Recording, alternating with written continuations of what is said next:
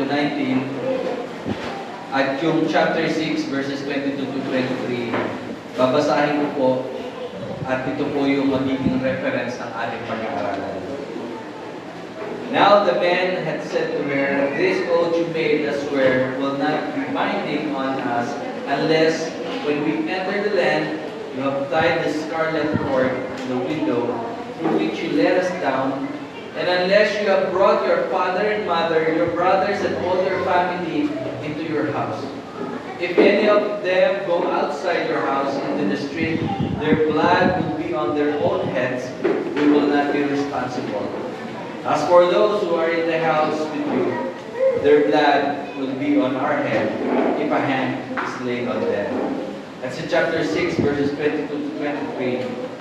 Joshua said to the two men who had spied out on the land, "Go into the prostitute's house and bring her out and all who belong to her, in accordance with your oath to her."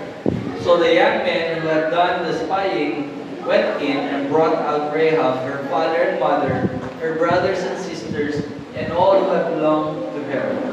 They brought out her entire family and put them in place outside the camp of Israel. Purihin ang pagkakabasa ng salita ng Diyos. Mayroon tayong tinatawag na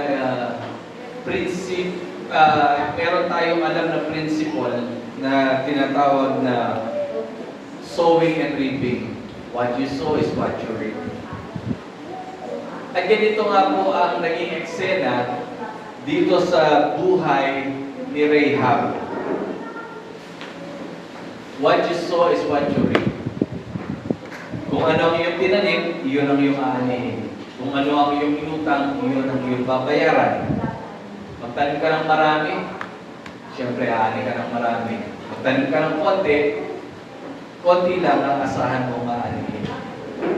Magtanim ka ng galit, ano ang aanihin mo? Galit din.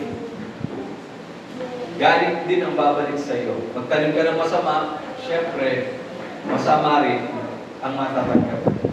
Subalit kung magtatanim ka ng kabutihan, umasa ka, mabuti ang aanihin mo. At kung tutulong ka o tumutulong ka, asahan mo, pagdating ng araw, ikaw naman ang tutulungan. At ganyan ang nangyari po sa kay Rahab.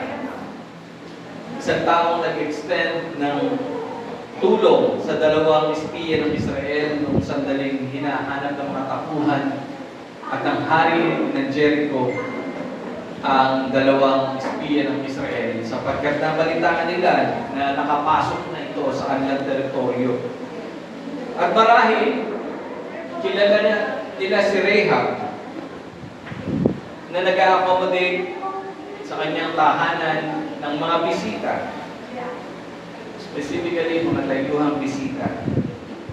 Kilala siya bilang bayang babae na nagbibigay ng pansamantalang kaaliwan sa mga lalaki. Kaya dito sila nagtanong, dito sila pumunta.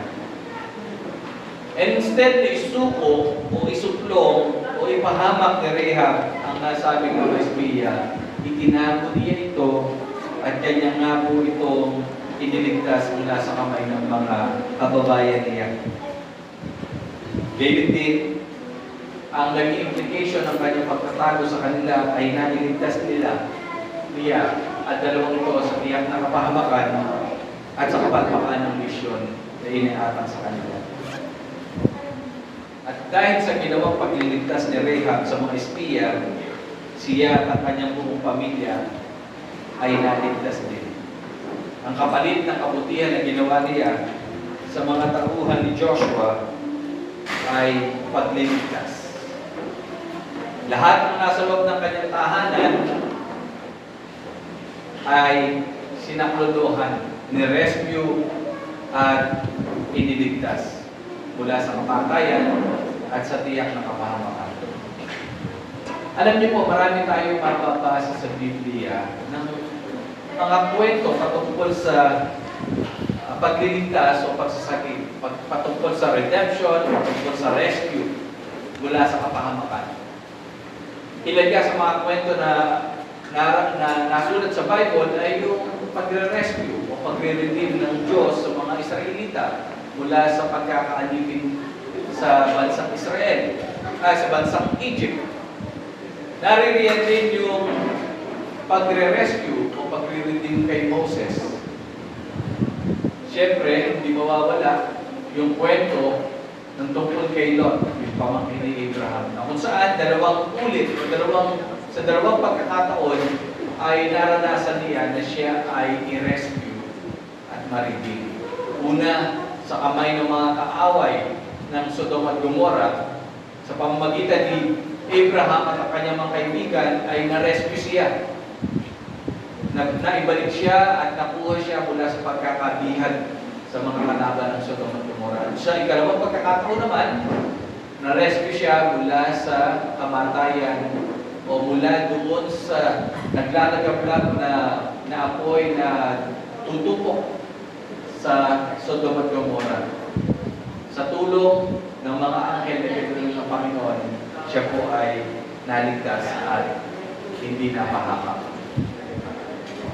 Naririyan din yung kwento patungkol kay Mary na kung saan naligtas siya o nirescue siya mula sa mabangis na leon. Ang Diyos ang tumulong sa kanya. Ang kanyang mga kaibigan, si Shadrach, Meshach at Abednego, ay ganun din. Si Propeta Elisha at marami pang iba. Hindi ko na po isa-isahin pa kung sino-sino sila. Kulang ang ating oras para ito po ay ating pong banggitin. Ang alam ko lang, halos sa lahat ng aklat po ng Biblia, sa 66 books na meron ng Bible, laging may kwento ng pagtutubos o redemption at pagsagip o pagliligtas mula sa isang tiyak na kapahamakan at kamatayan. Paulit-ulit, ang tema ng kwento ng Bible ay nakasentro sa pag-rescue at pagre-redeem. Hindi na bago sa atin ang salitang redemption o redeem. At kaya din salitang rescue. Kapag nababanggit ang salitang rescue, ito yung pumapasok sa isip kagad natin. May panganib. Mayroong napipintong kapahamakan. At kapag sinabi naman na redeem o redemption, ang pumapasok agad sa ating isip ay mayroong pagkakaputang na kailangan bayaran o kaya pagbawi. Ang kwento po ng pagsagip at pagliligtas sa buhay na Rahab at ng kanyang buong pamilya mula sa isang tiyak na kapahamakan at kamatayan ay halos nahahabol din sa nangyaring pagliligtas ng ating Diyos sa pamilya ni Noah at sa mga Israelita na naroroon sa Egypt. Una sa lahat, unang-una na makikita na ng pagkakahig doon ay merong ipinapadalang tao o mensahero na nagbibigay ng babala o paalaala bago ang gagawin ng Panginoon na pagwasan. Ikalawa, sa tuwin na mayroong simbolo na naglalarawan ng act of redemption or rescue. Halimbawa na sinasabi ko, noong panahon po ni Noah, sila ay nakasakay sa arko, subalit ang ginamit na symbolism doon ay yung alitran. Isang chemical o isang likido na malagkit na ipinahid po sa buong arko na siyang nagbibigay ng proteksyon mula sa pagkaputas at mula sa mga leaks o mula sa pagkasira. Ito yung likido na ito ay kulay pula na maitim. Pagdating naman po dito sa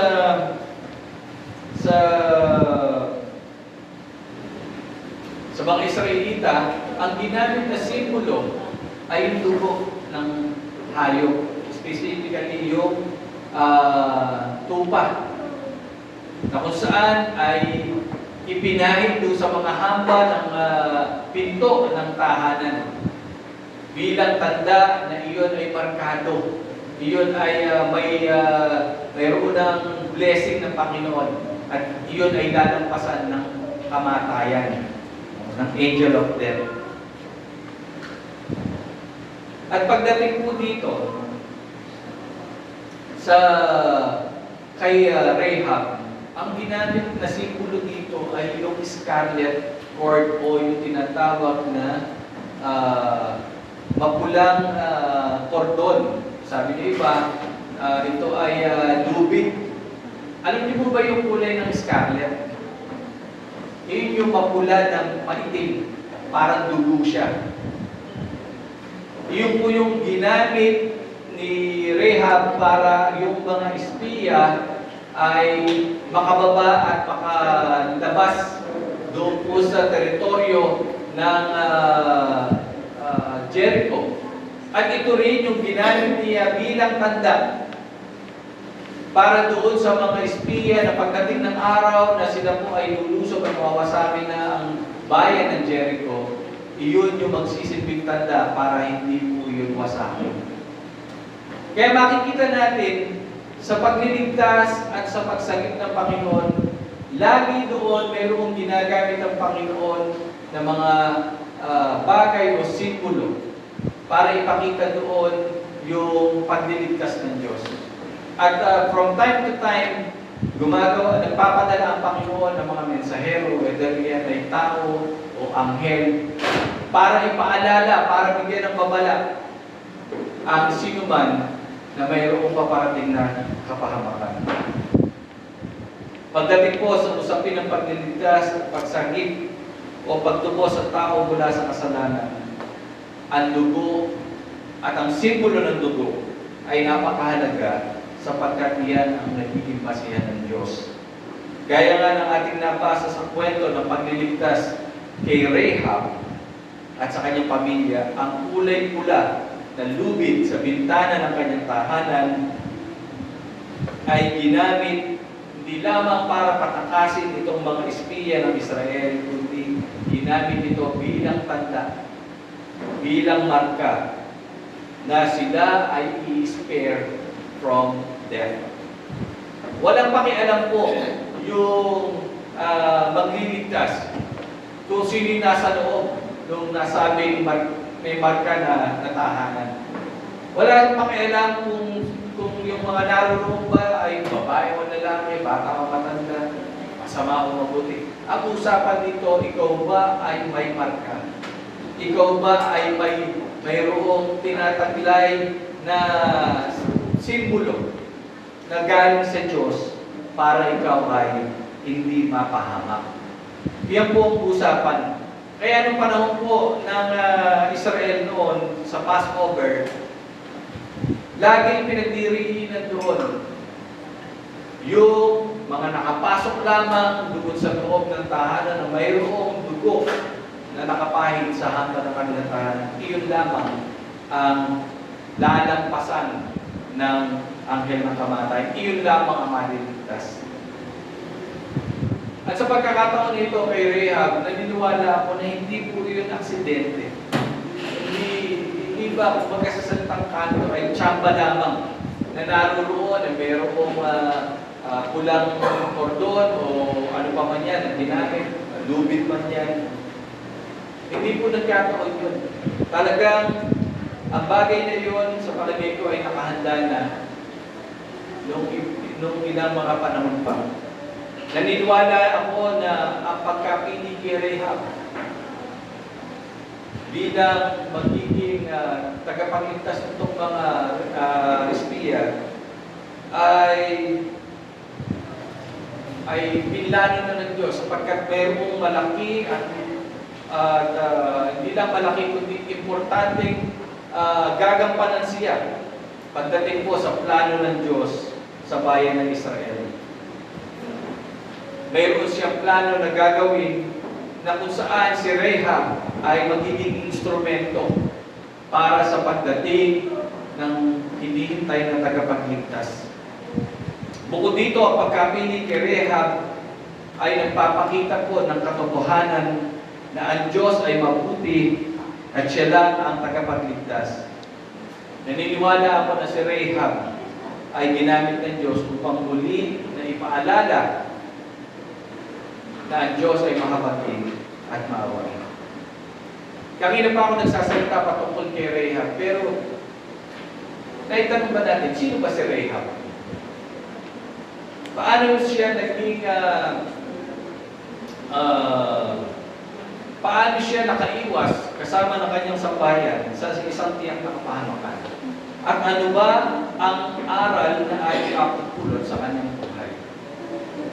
Sabi ko kanina kay Kuya Robert, dahil hanggang ngayon ay kasama pa rin na isineselebrate natin yung Women's Month. Kaya yung kababaihan ay gumamit, napili po natin na i-mensahe ngayon ay isang babae na kung saan ay kinalugdan ng Diyos, isang babae na may maruming nakaraan pero ginamit ng Diyos para ipakita ang kabutihan ng Diyos at ang kanyang pagliligtas sa gawain ng kanyang pagliligtas.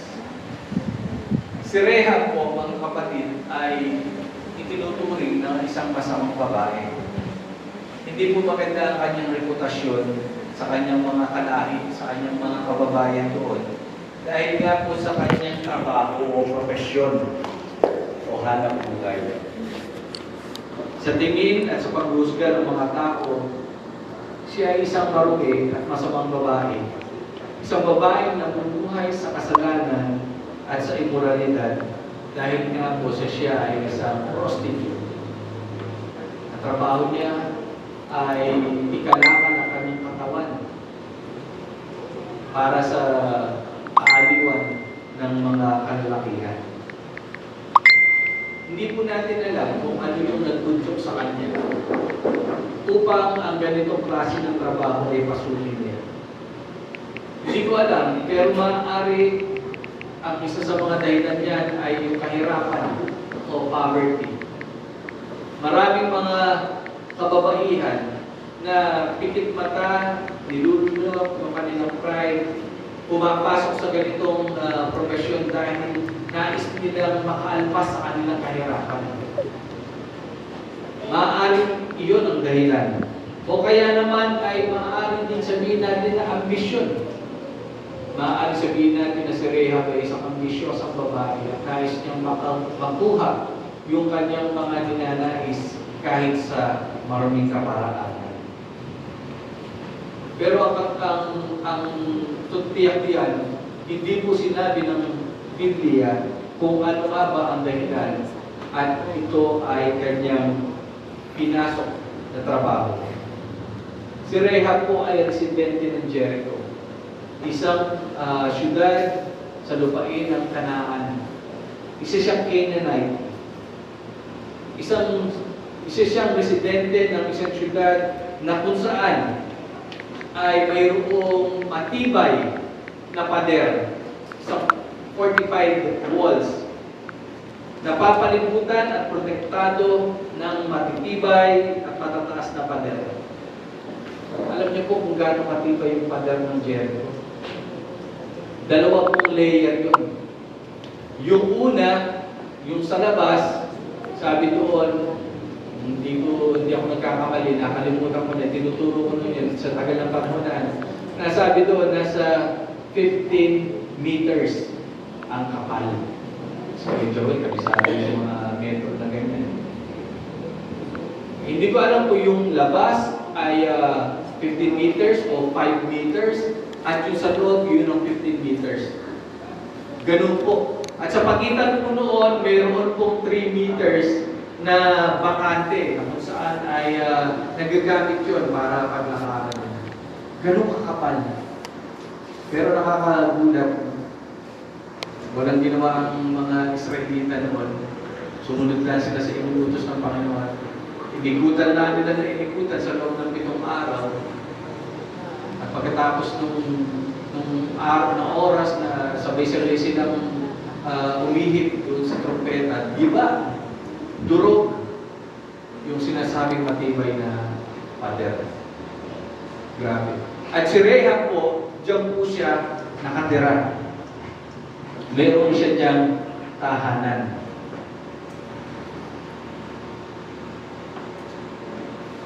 Si Rahab din po, mga kapatid, ay isang representasyon o kinatawan ng mga taong may mabibigat na spiritual na kondisyon. Mga taong namumuhay sa kadiliman at kasalanan. Representasyon siya ng mga taong na naaharap sa isang spiritual condemnation sa darating na buhay. Subalit siya rin po ay isang representasyon ng mga taong kinahabagan at kinaawaan at iniligtas ng Diyos. Ngayon, paano nangyari ito? Ang kwento po ng pagbabago ng buhay ni Rahab at ng kanyang pananampalataya ay nagsimula ng kanyang mabalitaan ang tungkol sa tagumpay ng Israel sa digmaan laban sa malalaking bansa na nakapaligid sa kanila. Umabot ito sa kanyang kaalaman at ang epekto nito ay nagkaroon siya ng takot at pangamba. Ang balita po na yun ay senyales na mayroon pong paparating na paghuhukom sa kanila o Judgment Day. Dahil alam nila na kapag lumapit na ang Israel sa kanila, sasakupin na sila nito. At magiging madugo, magiging mabigat ang sitwasyon nila. Hindi lamang magulo, kundi madugo ang kalalabasan. Kaya nagkaroon po siya ng takot, nagkaroon siya ng pangamba sa kanyang puso. At dahil doon, ay tumawag siya sa Panginoon. Nagkaroon siya ng pangamba sa kanyang buhay at sa kanyang pamilya. Kaya naisip niya na tumawag sa Diyos, humingi ng kahabagan. Alam mo, minsan po mga kapatid, iyan lamang hinihintay sa buhay ng isang tao. Yung malaman niya na may paparating na judgment o paparating na kapahamangan sa kanyang buhay. Para siya ay bumaligtad, para siya ay makapag-isip, at para siya ay maliwanagan na mayroon palang nakaamba sa kanyang kapahamakan. Iyan lamang yung kuminsan yung nagiging bunga kung saan ang tao ay nagkakaroon ng pagbabago sa kanyang buhay. At ganyan po ang nangyari kay Rahab. Sa takot niya na siya ay mamatay, mapahamak kasama ng kanyang pamilya, nagkaroon siya ng takot sa Diyos. Napapansin nga po na sa mga sumusunod na pangyayari na yung mga kilos ni Rahab hindi nag-o-oppose doon sa plano ng Diyos. Kung tutuusin, pwede niya i-reject itong mga spies na ito at pwede niyang ito isuplong. Subalit, naroon na yung kanyang pagtitiwala sa Diyos. Naroon na yung kanyang pananampalataya na ang mga ito ay isinugo ng Diyos sapagkat kalooban ng Diyos na ang kanilang lupain ay mapa sa Israel. Alam niya na i-turn over na ng Diyos ang kanilang lupain sa mga Israelita. At nababatid din niya na ang pagdating ng dalawang espiya sa kanyang tahanan ay senyales ng bagong pag-asa. Nababatid niya na iyon ay kalooban ng Diyos para sa kanya. Kaya ang ginawa niya lang ay sumunod sapagkat iyon ang tama. Ang iligtas ang dalawang espiya mula sa tiyak na kapahamakan.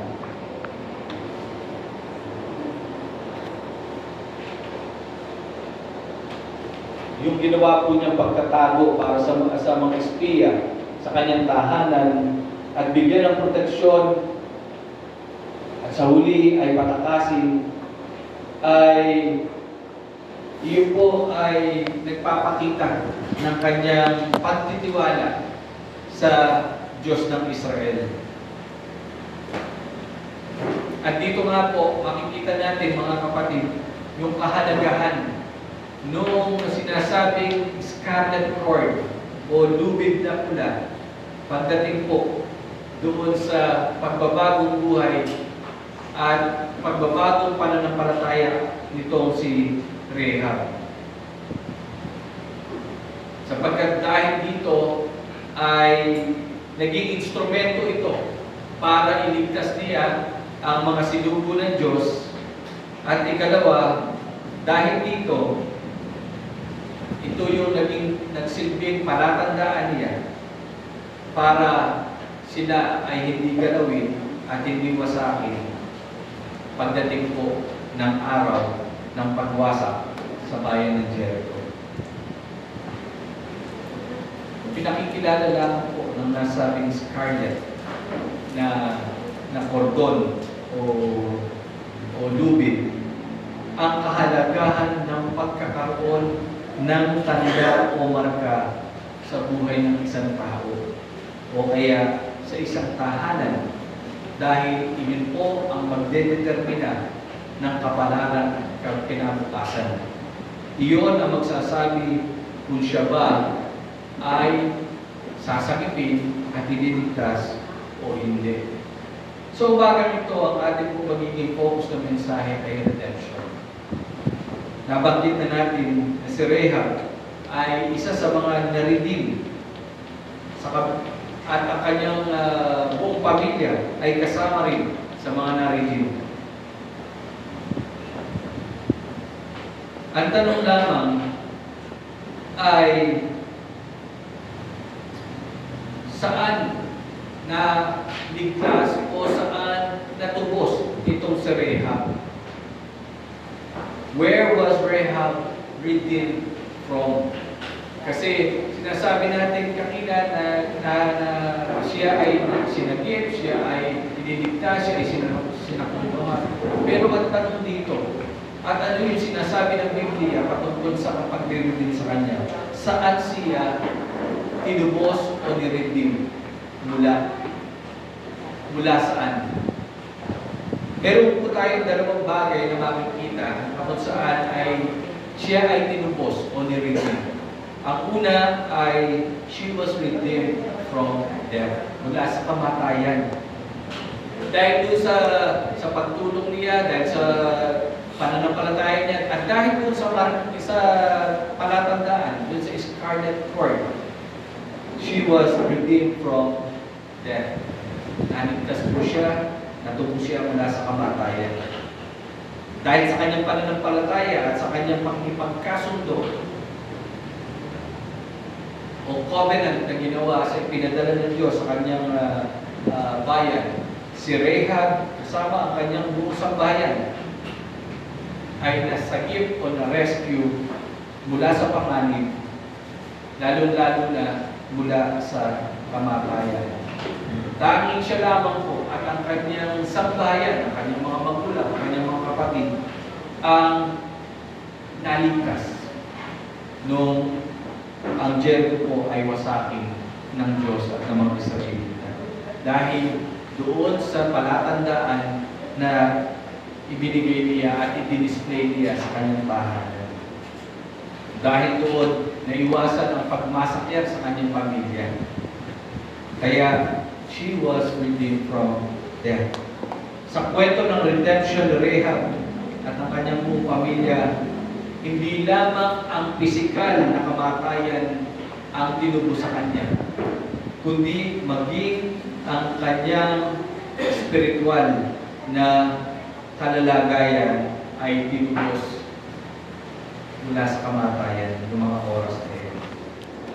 At para naman po natin kung paano sinasabi na siya ay tinubos spiritually, natubos siya mula sa eternal death. Dito makikita po natin, sabi nga, sa ikalawang punto, Rahab was redeemed from disgrace. Hindi lamang sa kamatayan, kundi maging sa kahihiyan, ay tinubos po si Rahab. Ang kanyang pagkatao ay binago rin, tinubos din.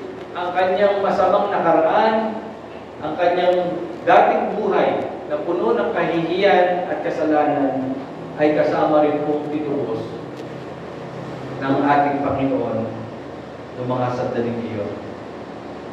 Hindi po lingid sa lahat ang personal background ni Rahab. Kung anong klaseng babae siya, kung anong klaseng pamumuhay meron siya. At kung sa panahon natin, titingnan natin, napakababa po, napakaliit po ng tingin sa kanya dahil sa kanyang profesyon. Mayroon pa pagkakataon na siya nga po ay iniiwasan dahil nga sa kanyang immoralidad. Mapalalaki man o kapwa niya babae, ang tingin sa kanya ay isang nakakahiyang nilalang. Hindi karapat-dapat na pagtuunan ng pansin at hindi karapat-dapat na pagsamahan. Marahil kapag nakikita po nila si Rahab na naglalakad sa kanilang daanan, hindi may iwasan na siya ay pag-usapan o pag-chismisan. Ganun po ang buhay ni Rahab. Isang buhay na puno ng kahihiyan at kasalanan. Ngunit mabuti po ang Diyos. Napakabuti ng Diyos sapagkat tinubos siya mula sa kanya pong kasalanan at binigyan siya muli ng karangalan. Tinubos siya maging ang kanyang dangal. Mula sa kahihiyan, ang kanyang buhay ay binago ng Diyos. I-restore ng Diyos ang kanyang dangal. So paano paraan ibinalik ng Diyos ang kanyang dangal? Sa paano paraan?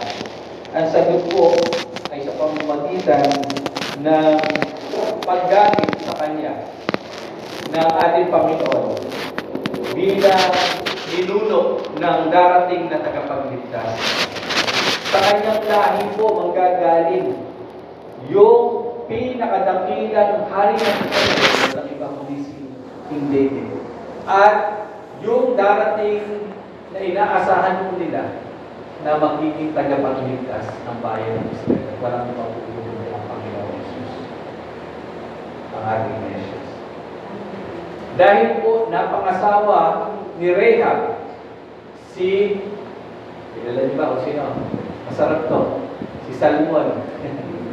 Ang pangalan po nung napangasawa ni Rahab, nakakatuwa, no?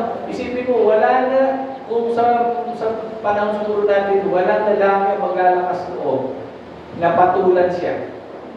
O na siya ay pakisamahan pa dahil nga po sa karoon niya nakaraan eh. Dahil nga po sa kanyang reputasyon na hindi basta-basta matatanggal at hindi basta-basta mabubura. Pero napakabuti ng Diyos. Napakabuti ng Diyos sa kanya. Dahil nakapag-asawa po siya ng isang lalaki at hindi basta lalaki, kundi isang Israelita. At yung Israelita na ito ay mula po sa tribu pa ni Judah. Alam natin si Judah, yung pang-apat na anak ni Jacob. Kung saan doon magmumula ang lahi ng tagapagligtas. Napangasawa po niya si Salmon. Si Salmon naman at si Rahab ay nagkaroon ng anak na lalaki na ang pangalan ay Boaz. Sino si Boaz? Siya po yung napangasawa naman ni Ruth.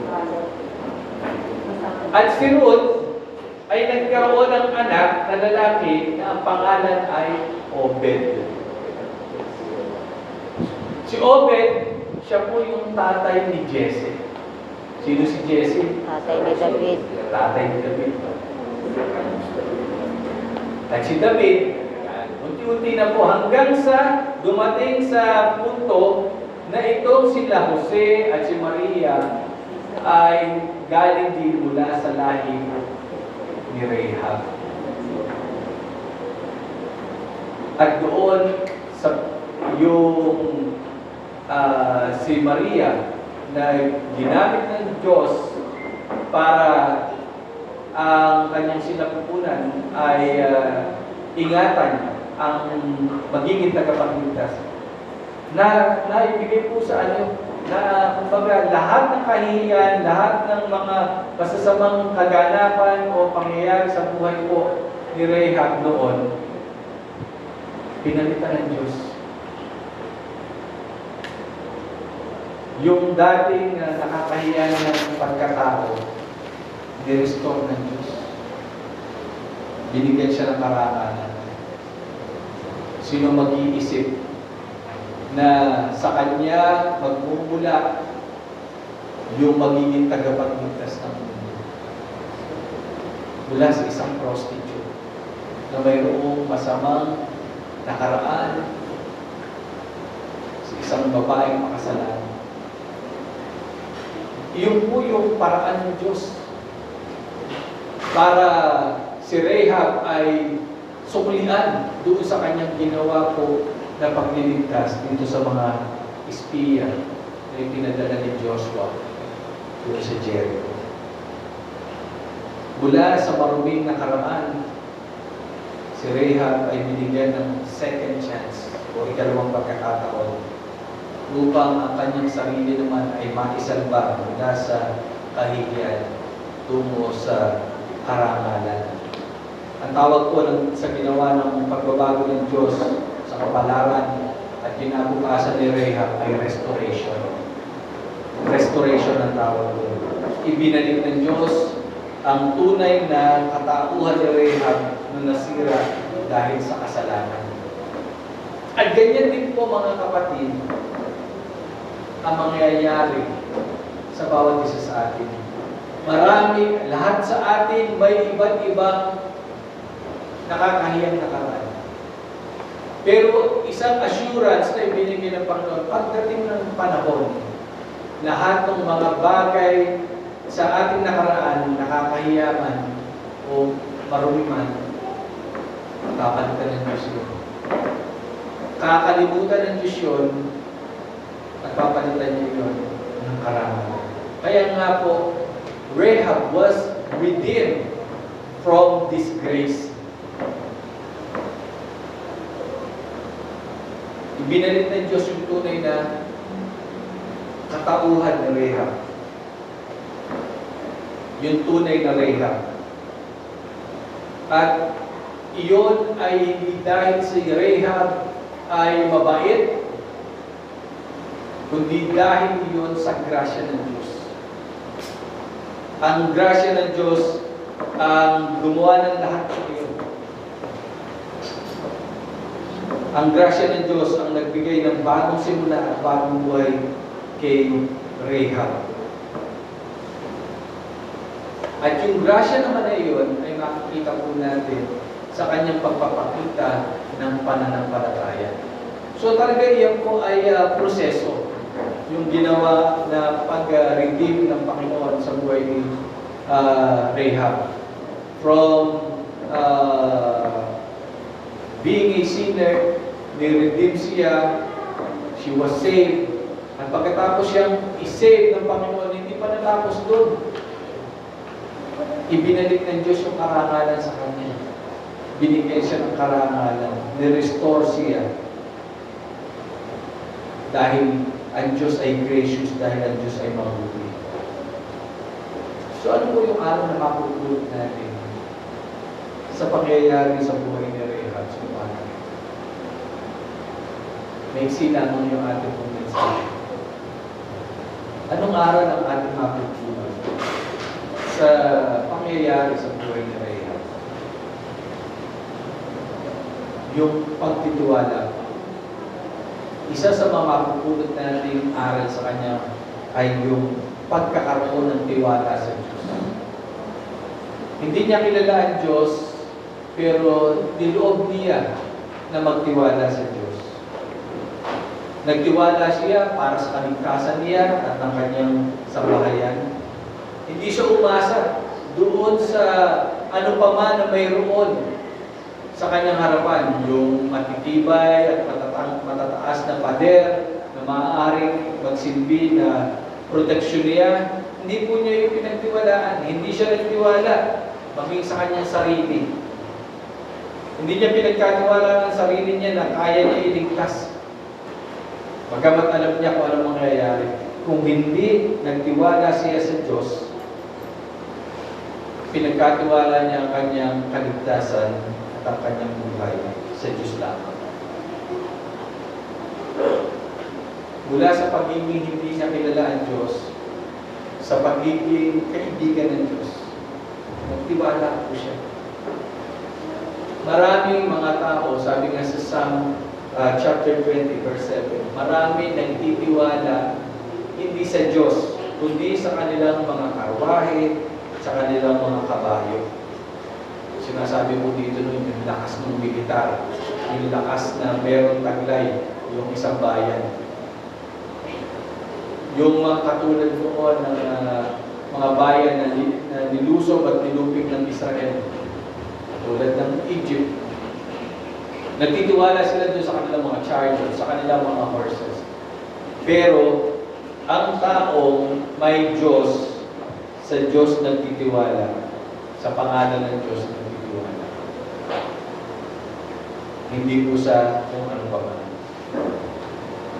Hindi nagtiwala sa sariling lakas, hindi nagtiwala sa anumang sandata na meron, tanging sa Diyos lang. Ang kwento po ng redemption ni Rahab ay nagpapaalala sa atin na walang ibang makapagliligtas sa sino man mula sa kamatayan o kapahamakan at pagkawasa maliban lamang sa Diyos. Ang Diyos lamang ang siyang makapagbibigay ng tunay na proteksyon at kaligtasan.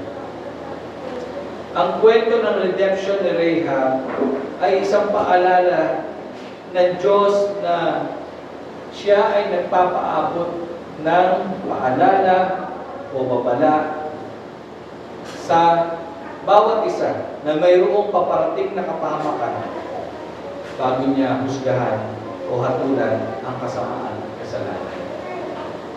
Mga kapatid, iniisip ko, ano yung papel natin? Nasaan tayo sa kwento na ito?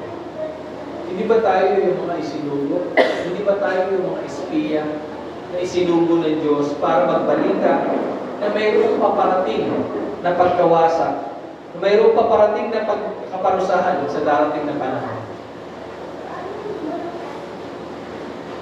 At yung mga mahal natin sa buhay, yung mga tao na alam natin na mapapahamak, yun yung mga katulad na Rahab. Yun yung mga mahal natin sa buhay. Kung hindi pa sila nakakakilala sa Diyos, kung hindi pa sila nagtitiwala sa Diyos, sila yung mga magulang natin, sila yung mga asawa natin, anak, kapatid, pamangkin, ako, mga kaibigan, mga kamag-anak natin. Sinugo tayo ng Diyos sa kanila. Pinadadala tayo sa kanilang mga tahanan, sa bawat tahanan, upang ipaalala at ipabatid na tiyak ang darating na paghuhukom. Na tiyak na mayroong kaparusahan na ibibigay ang Diyos dahil sa kasalanan. Ang tanong, tayo po ba ay tumutugon? Tayo ba ay ginagawa natin yung misyon na ibinigay ng Diyos? Isinugo tayo para iparating, especially doon sa mga pinili na ng Diyos, na hindi pa nabubuksan ang isipan, hindi pa nabubuksan ang puso, hindi pa nabubuksan ang mga tenga. Tayo ay isinugo ng Diyos upang iparinig sa kanila ang balita ng pagliligtas ng Diyos. Nasaan po tayo? Pumupunta ba tayo doon sa mga lugar na kung saan alam natin nagdarating na ang kapahamakan? Kung saan naroon yung mga mahal natin sa buhay? O tayo ay komportable lamang, satisfied na tayo sa kondisyon natin at hindi na tayo nababagabag sa sitwasyon natin? Kahapon pinag-uusapan namin nila Kuya Edwin dito po sa Bible study. Anong malalaman mo siya na kapag nagkaroon ka ng pakiramdam na yung mga mahal mo sa buhay yung mapapahamak, kapag alam mo na sila hindi paligtas, at ikay nagkakaroon ng takot, pangamba para sa kanila, sigurado, naroon yung Espiritu sa inyo, Diyos. Hindi ka pakatahimik. Ang kapatid, ang kwento po ni Rahab ay hindi man direkta nagsasabi ng katotohanan katulad ng mga sulat. Subalit ito po ay mga kwento na nagbibigay ng katotohanan na dapat natin i-apply sa buhay. Ang papel natin ay bilang mag-espiya, magdala ng balita sa mga katulad ni Rahab, sa mga makasalanan, sa mga taong may madilim na nakaraan, sa mga taong wala nang nakikita pag-asa sa buhay, sa mga taong mahal na Diyos. Huwag natin sayangin yung pagkakataon na tayo po ay magamit ng Panginoon sa ganitong mission. Lalalapit na naman ang araw ng pagmamita ng sakripisyo ng ating Panginoon, ng anak ng Diyos. Lalalapit na naman ang araw na ating pong ipagdiriwang ang pagliligtas ng Diyos, ang araw ng ating redemption.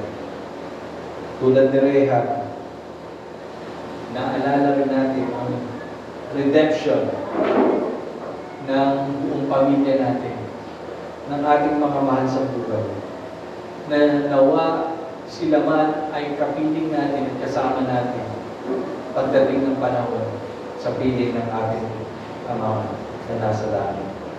Mga kapatid, huwag natin kalimutan yung ating mga pamilya. Let us not neglect our loved ones, especially ang nakataya po dito, yung kanila po kinabukasan at ang kanilang buhay.